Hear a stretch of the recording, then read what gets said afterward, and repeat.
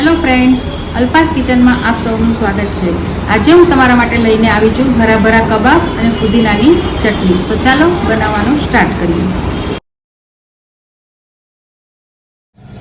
હરાભરા કબાબ બનાવવા માટે આપણે પેનમાં 1 ટેબલસ્પૂન તેલ લઈશું।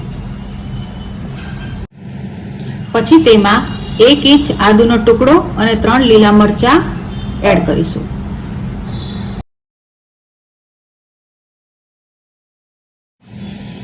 હવે તેમાં 1 કપ લીલા વટાણા નાખીશું।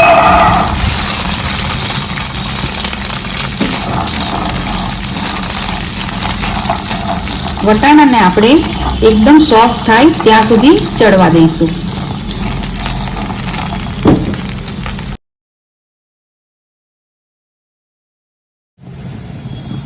હવે આપણા વટાણા ચડી ગયા છે।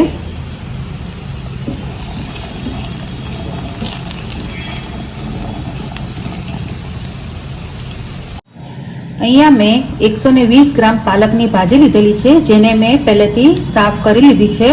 તો એને હવે આપણે વટાણામાં એડ કરીશું।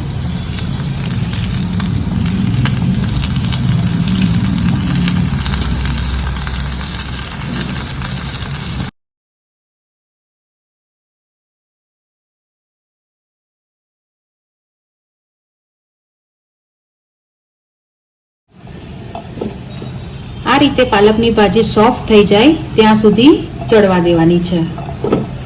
હવે આપણે આને મિક્સરમાં ગ્રાઇન્ડ કરી લઈશું।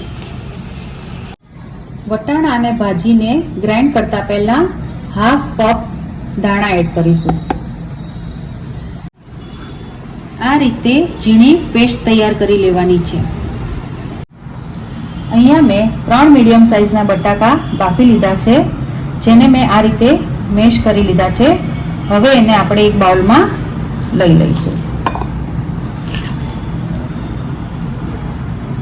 હવે આપણે બટાકાની અંદર આપણે જે વટાણા અને પાલકની પેસ્ટ તૈયાર કરી હતી એ એડ કરીશું। હવે આપણે આમાં હાફ ટીસ્પૂન ચાટ મસાલો, હાફ ટીસ્પૂન ગરમ મસાલો અને સ્વાદ પ્રમાણે મીઠું એડ કરીશું। હવે આપણે એમાં 2 ટેબલસ્પૂન ચણાનો લોટ શેકેલો નાખવાનો છે। પછી તેમાં 1/4 કપ બ્રેડ ક્રમ્સ નાખી દઈશું। હવે આપણે આને બરાબર મિક્સ કરીને લોટ બાંધી લઈશું।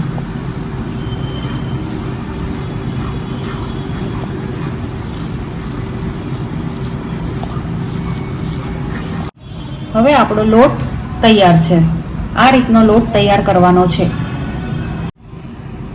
લોટમાંથી આપણે આ રીતે કબાબ તૈયાર કરી લેવાના છે। હવે આપણે પેનમાં 1 ટેબલસ્પૂન તેલ લઈશું અને આ રીતે કબાબને શેલો ફ્રાય કરી લઈશું। હવે આપણે કબાબને બીજી બાજુ પણ ફ્રાય કરવાના છે। આ રીતે ગોલ્ડન બ્રાઉન થાય ત્યાં સુધી ફ્રાય કરીશું।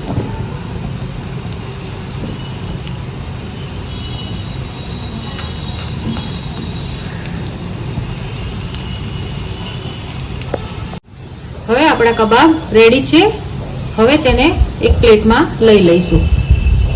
હવે આપણે પુદીનાની ચટણી બનાવીશું। તો ચટણી બનાવવા માટે અહીંયા મેં હાફ કપ પુદીનો લીધો છે। પછી તેમાં 1/2 ઇંચ આદુનો ટુકડો, 3 લીલા મરચાં,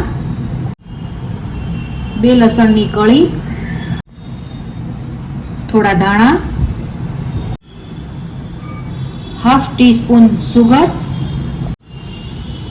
સ્વાદ પ્રમાણે મીઠું અને હાફ ટેબલ સ્પૂન દહીં એડ કરીશું। પછી તેને મિક્સરમાં ગ્રાઇન્ડ કરી લઈશું। આ રીતે ઝીણું ગ્રાઇન્ડ કરી લઈશું। હવે આપણે એક બાઉલમાં હાફ કપ દહીં લઈશું।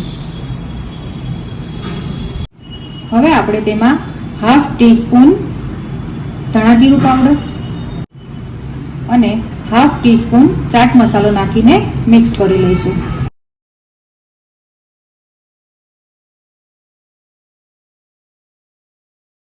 હવે આપણે દહીંમાં ફુદીનાની જે પેસ્ટ તૈયાર કરેલી હતી એ એડ કરી દઈશું.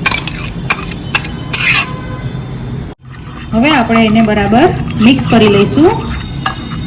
આપણી ચટણી રેડી છે.